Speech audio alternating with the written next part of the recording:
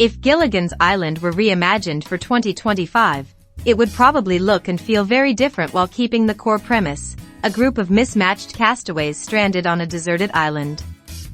Here's a fun take on what it might be like.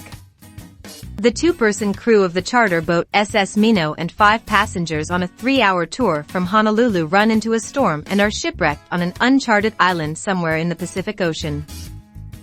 A luxury influencer cruise is wrecked during a tropical storm, stranding 7 very different personalities on a remote island with no Wi-Fi, but lots of personality clashes. And we have Gilligan and Skipper, also Thurston Howell and his wife, Eunice Lovey Howell, and there is Ginger Grant, the movie star, the professor, and Marion Summers.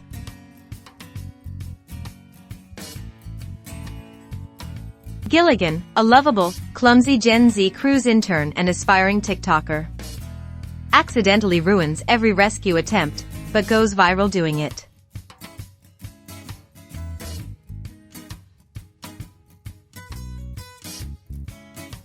Tired of sleeping in a hammock that keeps flipping him out every night, Gilligan decides to surprise the group by building his own bamboo house. The result? A surprisingly impressive structure, with some classic Gilligan twists. He forgets to measure the doorway and gets stuck inside.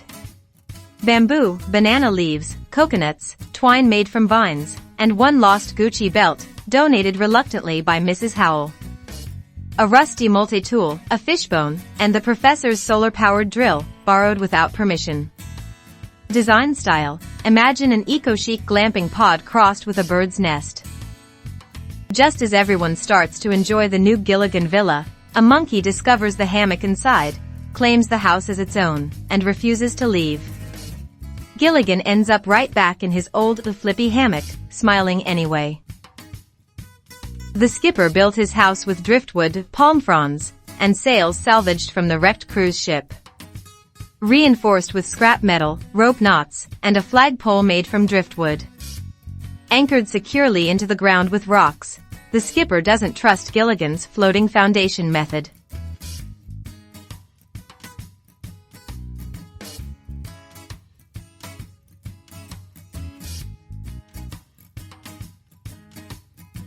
The Howells Island Manor, let's imagine their place. The breeziest, most scenic part of the island, naturally elevated to remind them of Aspen. Constructed from premium bamboo, polished daily by Gilligan. Thatched roof made of palm leaves woven into luxury patterns, they hired a hermit crab to do the edging. Floor tiles made from seashells arranged in a mosaic, which Mrs. Howell insists was inspired by the Mediterranean. Mrs. Howell, Lovey, do you think the papayas pair better with the 1983 Chardonnay, or the imaginary one? Mr. Howell, darling, this island's been dreadfully hard on my portfolio. Mrs. Howell, let's throw a soiree.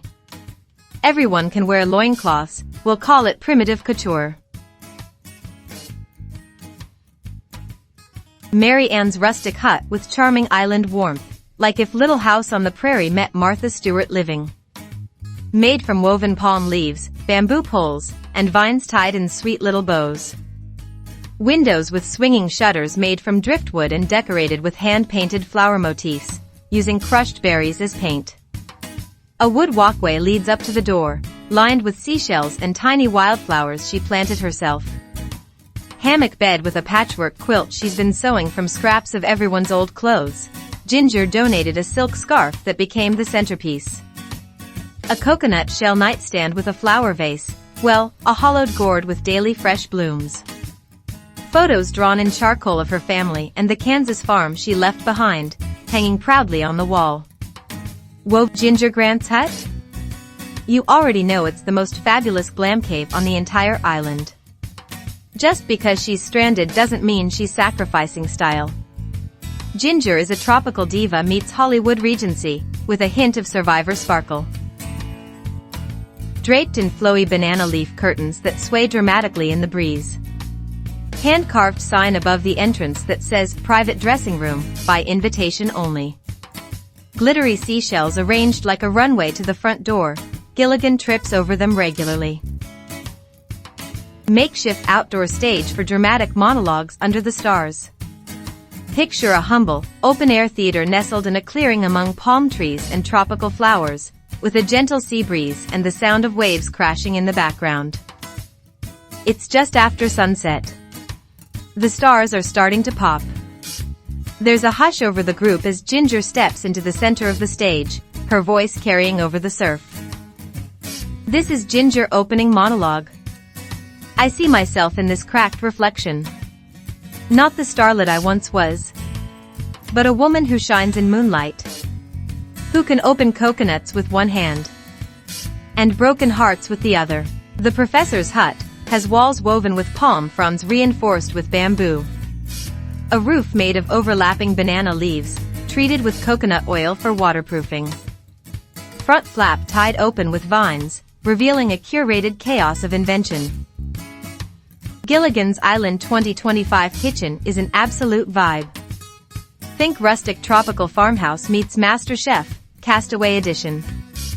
It's both charmingly primitive and surprisingly efficient, considering there's no electricity and everything's cooked over fire or sunlight.